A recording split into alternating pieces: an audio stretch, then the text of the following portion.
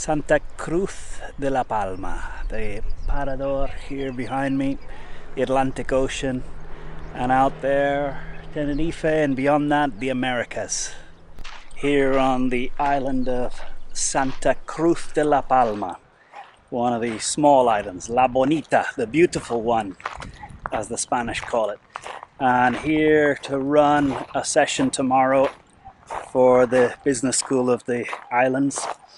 And the session will be on ethos. And those of you who follow these videos will know Aristotle told us that to be persuasive, for our words to have impact, there are three important things: logos, ethos, and pathos.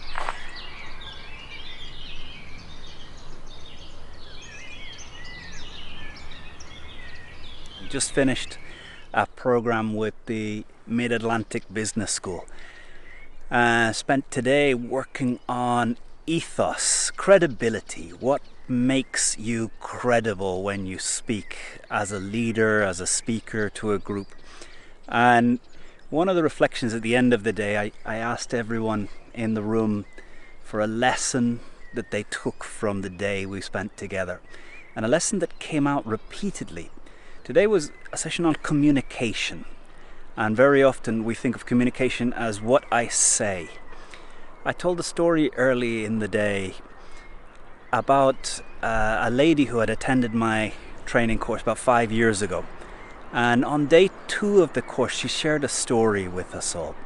That the night before, she'd been at home, was preparing dinner in her kitchen, and her daughter, who was 8 years old, at the end of the bar in the kitchen, was explaining her day at school. And the mum preparing the food for dinner, the daughter explaining the day at school. And the daughter looks at her mum and she says, "Mum, I want you to listen." And the mum continues peeling carrots, putting them into the pot to make dinner, and says, "I am listening." And the daughter looks at her and says, "Mum, I want you to listen with your eyes." And this story struck a chord today, that listening, of all our senses, listening is different from other senses because our ears have an 8-second buffer.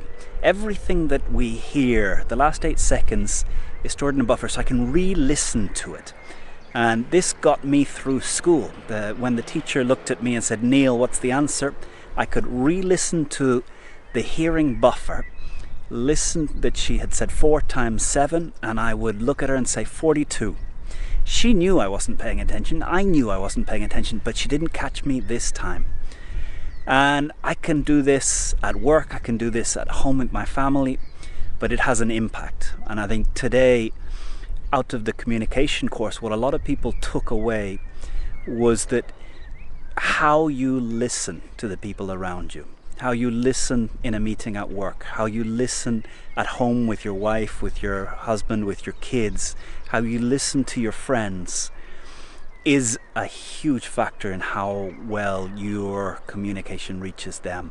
And this idea of listening with your eyes, be very careful to think that hearing the words, "I've heard all your words," that's not fully listening. It's only when you see what's behind the person, what's behind the words, that you have listened. So this idea that listening is not a hearing. Listening with your eyes is not so that you hear the words, but so that the other feels that they have been heard. Someone once said that to be truly listened to is as close to love that most people can't really tell the difference. So listening with your eyes is the lesson that most people took today. And the danger in these days, when we have a dangerous thing, because this thing right here, my mobile phone, is probably the most dangerous device in terms of destroying my ability to truly listen to the people around me. Rather than really paying attention to the people I am with, it's so easy to be distracted. And rather than really listening with my eyes, I listen to hear words while I focus my attention on the mobile phone. What we practiced today in the room was to listen with our eyes. Now, what I leave you with is, perhaps to improve your communication, the most important thing is not to speak better, but to listen better. Listen with your eyes. Look at the person, see what's happening in their eyes, what's happening behind the words. Because the person who is really struggling, when you ask them how they are, the word will be fine, but you'll see in their eyes that that's not the real answer. Have a great one. This is Conor here in Santa Cruz de la Palma. Clouds just coming over, but a beautiful spring day here in the Canary Islands. Have a great one. Got a new camera, and if you might be seeing, my arm needs to strengthen up to carry the weight of this device. So looking forward to a few more gym sessions to have the strength to be able to carry this camera. Have a good one.